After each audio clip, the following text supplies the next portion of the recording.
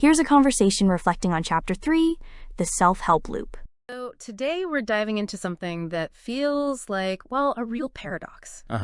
We're looking at material from Chapter 3 of The Lens That Changes Everything, and the core idea is that the answer isn't more effort, it's a new way of seeing. Exactly. Wow. And if you've ever had that moment of thinking something has to change, you've probably walked right into what this chapter calls the self-help loop. The self-help loop. Yeah, I mean, the whole industry, it didn't pop up because people are lazy. It's there because people are genuinely hurting. Right. And the only story our culture gives us for that pain is, well, if I'm hurting, I must be doing something wrong. And that's where the pressure really kicks in, isn't it? The source material argues that self-improvement has become like a moral duty. A moral obligation, yes. The culture has kind of installed this identity in us that you are a project. And if you rest, that's laziness. If you question the game itself, that's failure. And so all the productivity apps, the coaching, the 5 a.m. club, they aren't actually creating that pressure. They're just monetizing a pressure that's already there. So that pressure is what fuels this loop. It's the engine. Yeah. And it's a really specific, an 8-step cycle that always ends with you blaming yourself. Okay, walk us through it. It starts simply. Step 1, you feel some kind of pain or dissatisfaction. And then step 2, you immediately decide it's a personal flaw, a deficiency. So you look for a solution, a new book, a new routine. You apply effort, discipline, and then you get to step 5.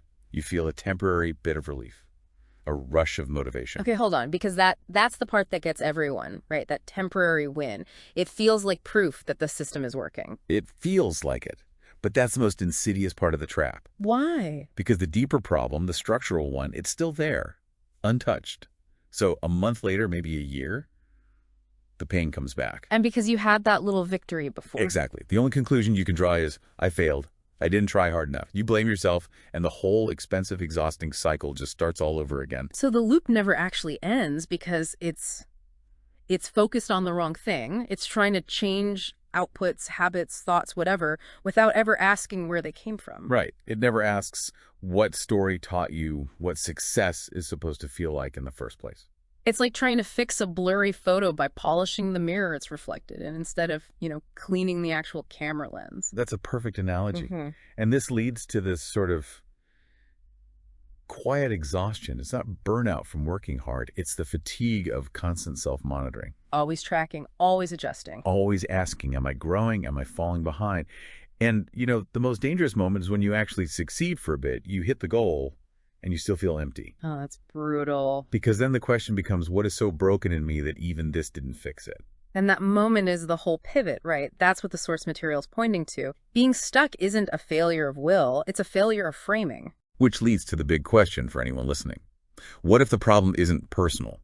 What if that resistance you feel, that procrastination, what if it isn't laziness? What if the pain is just information? Yes.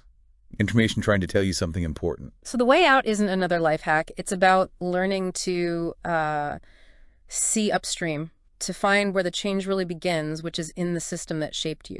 So let's leave with this thought. If the problem really isn't you, and that pain you feel is just information, what is it informing you about the story you're standing in right now? Answering that. Well, that's the first real step. Thanks for listening. Before moving on, take a pause and read the next chapter. The conversation for that chapter will be waiting here when you're ready.